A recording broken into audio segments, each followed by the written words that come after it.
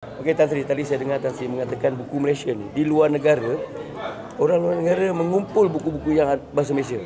Tapi dekat negara kita macam dipandang tak berapa dipandang. Jadi mungkin boleh penjelaskan lagi sikit. Maksud saya di luar negara, orang yang mengkaji tentang bahasa Melayu, dia kumpul. Dia jadi satu gerakan mengumpul buku-buku dalam bahasa Melayu sebagai satu koleksi. Tapi di Malaysia ada yang buat macam itu, tetapi umumnya golongan kita bukan golongan membaca. Jadi bila golongan membaca, maknanya nak kumpul buku, nak apa-apa, tak ada. Kalau ada pun dia tengok-tengok, dia lepaskan. Tak ada mempunyai satu perkara, dia kena simpan, ini satu koleksi. Bidang ini dia kena membaca. Jarang. Jadi ada juga, tapi umumnya kalau scholar, kalau bidang dia, bidang budaya, apa buku tentang budaya, semua dia kumpul, dia ada duit, dia beli. Right, ini terserah pada kategori. Jadi umumnya kita punya masyarakat bukan masyarakat membaca. Umumnya. Ada juga membaca, tapi umumnya macam tak kisah. Dia lebih suka tengok dalam media baru, TikTok. Tekan sana, tekan. Budaya tekan, saya gunakan istilah budaya tekan. Bukan budaya mentelaah, membaca. Jadi apa yang kita harapkan pihak media, terutama TikTok ni semua, mesti ada satu kumpulan memertabatkan bahasa kita melalui penulisan buku. Jadi mana ada program? Saya tak nampak. Program yang mengarut tu banyaklah. Yang main suka-suka dan sebagainya.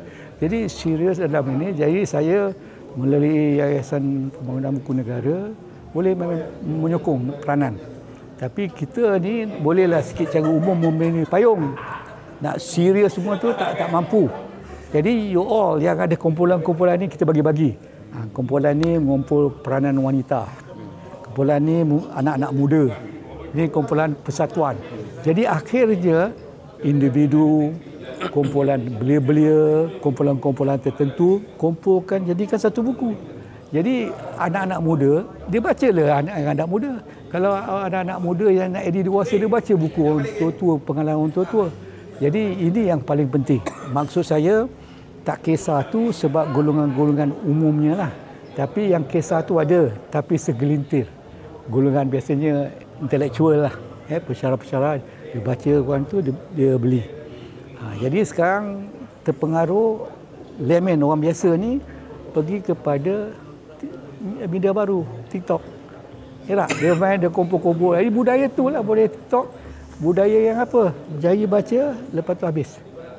Kalau budaya simpan macam buku, perpustakaan buku, insya-Allah kita punya ilmuwan tunggu. Jadi misalnya ada satu ruangan golongan ilmuwan, budayawan, agamawan. Kalau ada satu orang koordinasi benda-benda ni macam ni, insya-Allah kita dapat memanfaatkan segala bentuk ilmu dalam segala bidang dan golongan. Kalau saya cakap kayak ni, tak ada.